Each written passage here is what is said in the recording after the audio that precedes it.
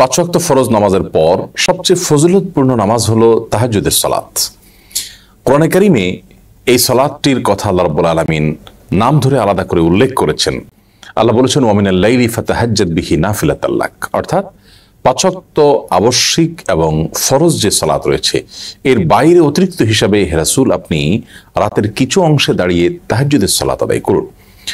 বান্দা আল্লাহ রাব্বুল আলামিনের খুব বেশি নৈকট্য লাভ করতে পারে, কাছাকাছি যেতে পারে তাহাজ্জুদের সময় অর্থাৎ ভোর রাতে, এবং তাহাজ্জুদের সালাতের মাধ্যমে ওই সময়টাতে দোয়া করার মাধ্যমে আল্লাহ রাব্বুল আলামিনের কাছ থেকে বান্দা তার যে কোনো চাওয়াকে পেশ করার সবচেয়ে সুবর্ণ সুযোগ হিসেবে গ্রহণ করতে পারে। তাহাজ্জুদের সালাত নিয়ে আমাদের অনেকেরই জিজ্ঞাসা যে তাহাজ্জুদের সালাত কিভাবে আদায় করতে হয় এবং কখন আদায় করতে হয়, সন্ধ্যা রাতে আদায় করলে তাহাজ্জুদ আদায় হবে কিনা।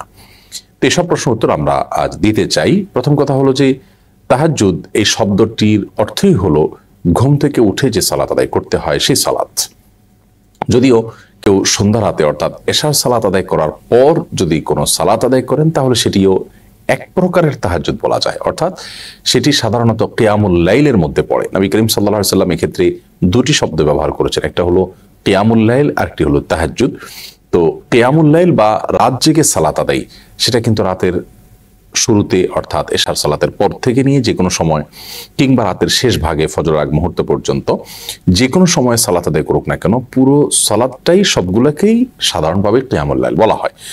অতএব যদি কেউ এশার নামাজের পর 2 রাকাত অথবা 2 রাকাত 2 রাকাত করে 4 রাকাত কিংবা 6 রাকাত কিংবা 8 রাকাত সালাত আদায় করেন তাহলে তিনিও রাতে দাঁড়িয়ে সালাত আদায়কারীদের কাতারে শামিল হলেন, সেটাও এক প্রকারের তাহাজ্জুদ হলো। যদিও মূল তাহাজ্জুদ বা তাহাজ্জুদ শব্দের যে অর্থ সেটি আক্ষরিক অর্থে বাস্তবায়িত হবে তখন যদি সেটা ভোর রাতে আদায় করা, রাতের শেষ প্রহরে আদায় করা হয় এবং একটু ঘুমিয়ে উঠে তারপর আদায় করা হয়, তাহলে সেক্ষেত্রে সেটিকে বলা হবে তাহাজ্জুদ। নবী করিম সাল্লাল্লাহু আলাইহি সাল্লাম সাধারণত তাহাজ্জুদের সালাত কখনো ছাড়তেন না, এবং অনেক ইমামগণের তাহাজ্জুদ প্রসঙ্গে মন্তব্য হলো যে কেউ আল্লাহ রাব্বুল আলামিনের খুব প্রিয় পাত্র হবেন অথচ তিনি ভোর রাতে আল্লাহর সাথে কানাঘুষা করবেন না, কথা বলবেন না, সালাত আদায় করবেন না, দোয়া করবেন না, এটি কোশ্চেন কালেও হতে পারে না। আজকাল নানা কারণে আমাদের জন্য তাহাজ্জুদ বেশ কঠিন হয়ে গেছে। অন্তত আমরা রাতের প্রথম প্রহরে এশার পরে 2 রাকাত বা 4 রাকাত সালাতও যদি আমরা কিয়ামুল লাইলের নিয়তে পড়ি সেটাও ইনশাআল্লাহ বিইذনিল্লাহ মানে এক প্রকারের তাহাজ্জুদ, অর্থাৎ আক্ষরিক অর্থে না হলেও তাহাজ্জুদটা যেহেতু কিয়ামুল লাইলের ক্যাটাগরি সালাত তো সেই হিসাবে এটাও কিয়ামুল লাইল হিসাবে গণ্য হবে ইনশাআল্লাহ বিইذনিল্লাহ। অন্তত এই মানে প্রথম শ্রেণীর না হলেও শেষ শ্রেণীর এই কিয়ামুল লাইলটা অন্তত আমাদের আদায় করার চেষ্টা করা উচিত। তাহাজ্জুদের সালাতটা কি আমরা নফলের নিয়তে করব নাকি সুন্নতের নিয়তে করব? এর উত্তর হলো যে কোনো নিয়ত করলেই আপনার সালাত আদায় হয়ে যাবে। মূলত তাহাজ্জুদ এটি নবী করিম সাল্লাল্লাহু আলাইহি সাল্লাম এটি আদায় করতেন নিয়মিত, অতএব এটি সুন্নাহ একটি নামাজ, সুন্নত নামাজ বলা যেতে পারে। আবার ফরজ সালাতের অতিরিক্ত হিসাবে যত সুন্নত আছে সবগুলোকে এক ধরনের এক্সট্রা নামাজ বলা যায়, কিন্তু আমরা সাধারণত নফল বলতে বুঝি হলো সুন্নতেরও বাইরে যেটা মানুষ একান্ত নিজের ইচ্ছায় পড়ে সেটি। অতএব ওই বিবেচনায় আমরা বলতে পারি তাহাজ্জুদের নামাজটা মূলত সুন্নত নামাজ, যেহেতু নবী সাল্লাল্লাহু আলাইহি সাল্লাম পড়তে বলেছেন বিধায় এটি সুন্নাহ, তার অনুসরণ আমরা করছি সেজন্য এটি সুন্নত নামাজ বলবো।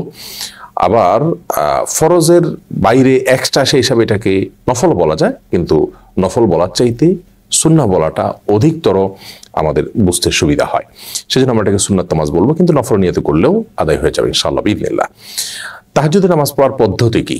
আমরা এটা নিয়ে অনেক ধোঁয়াশার মধ্যে থাকি। আমরা মনে করি যে প্রথম রাকাতে সুনির্দিষ্ট করে একটা সূরা এতবার পড়তে হবে, দ্বিতীয় রাকাতে অমুক সূরা এতবার পড়তে হবে। মূলত তাহাজ্জুদের নামাজ অন্য 10টা নামাজের মতো, এর বিশেষ কোনো নিয়ম নাই।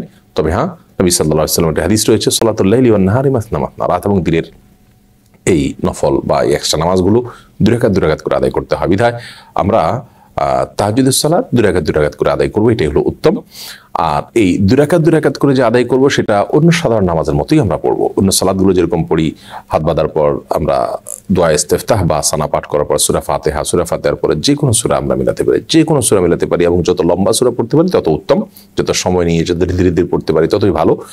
এরপর আমরা রুকু সিজদা করে দ্বিতীয় রাকাতে দাঁড়িয়ে সূরা ফাতিহার পরে আবার যে কোনো সূরা আমরা পাঠ করতে পারি। প্রথম রাকাতে অমুক সূরা এতবার, দ্বিতীয় রাকাতে তমুক সূরা এতবার, এরকম কোনো নির্দিষ্ট কোনো সূরাও নেই, নির্দিষ্ট কোনো সংখ্যাও নেই, এগুলো নেহায়েতই আমাদের বানানো। তবে হ্যাঁ, নবী সাল্লাল্লাহু আলাইহি ওয়াসাল্লাম তাহাজ্জুদের সাধারণত অনেক বেশি সময় ব্যয় করতেন। আমাদের আয়েশা রাদিয়াল্লাহু তাআলা আনহা বলেছেন তার তাহাজ্জুদের যে সালাত ছিল লা তাসআল আন হুসনিহিন্না ওয়া তুলিহিন্না, তার সে সালাদগুলোর যে কি দৈর্ঘ্য ছিল, সেগুলোর যে কি সৌন্দর্য ছিল, সে সম্পর্কে আর জিজ্ঞাসা করো না, আর বলো না। তার মানে অনেক সুন্দর ছিল, অনেক দীর্ঘ সময় নিয়ে সালাত আদায় করতেন। যদি তাহাজ্জুদে আপনি যত সূরা মুখস্থ আছে আপনার, তার মধ্যে সবচেয়ে বড় সূরাটা আপনি পড়েন, একটু সময় নিয়ে ধীরে ধীরে পড়েন, এবং একই সূরা বারবার পড়তে চাইলেও পড়তে পারেন, বা একই রাকাতে কয়েকটা সূরাও পড়তে পারেন। এরপরে দ্বিতীয় রাকাতে একইভাবে যত লম্বা সময় নিয়ে দাঁড়াতে পারেন তত উত্তম। এরপরে রুকু সিজদাতে যত বেশি সময় আপনি ব্যয় করতে পারেন তত উত্তম। সুবহান রাব্বিল আযীম বলতে থাকেন, আল্লাহর কাছে চাওয়াগুলো পেশ করতে থাকেন, সিজদাতে চাওয়া কবুল হয়। অতএব আপনি লম্বা সময় নিয়ে তাহাজ্জুদ পড়ার চেষ্টা করবেন। এটাই হলো তাহাজ্জুদের সালাতের নিয়ম। এটার জন্য আলাদা কোনো নিয়ম নেই, আলাদা কোনো সূরা কেরাত নির্দিষ্ট করা নেই। তাহাজ্জুদের সালাত সর্বনিম্ন 2 রাকাত, আর নবী করিম সাল্লাল্লাহু আলাইহি ওয়াসাল্লাম সাধারণত 8 রাকাত পর্যন্ত পড়েছেন বলে আমাদের আয়েশা রাদিয়াল্লাহু আনহা হাদিস থেকে আমরা জানতে পারি। অতএব সংখ্যার বৃদ্ধি না করার চেষ্টা করার চাইতে তাহাজ্জুদের কোয়ালিটিটা আমরা বৃদ্ধি করা এবং সময় বেশি নিয়ে করার চেষ্টা করব, সে সাথে দোয়াও করব আল্লাহ তাআলার কাছে খুব বেশি থেকে বেশি। অতএব খোলাসা কথা হলো, তাহাজ্জুদ এটি মূলত সুন্নত নামাজ। আমরা সুন্নত নামাজের নিয়ত করেই পড়বো, নফল নামাজ নিয়ত করলেও হয়ে যাবে। আর তাহাজ্জুদ এটি মূলত ভোর রাতে ঘুম থেকে উঠে পড়তে হয়, রাতের শেষ প্রহরে।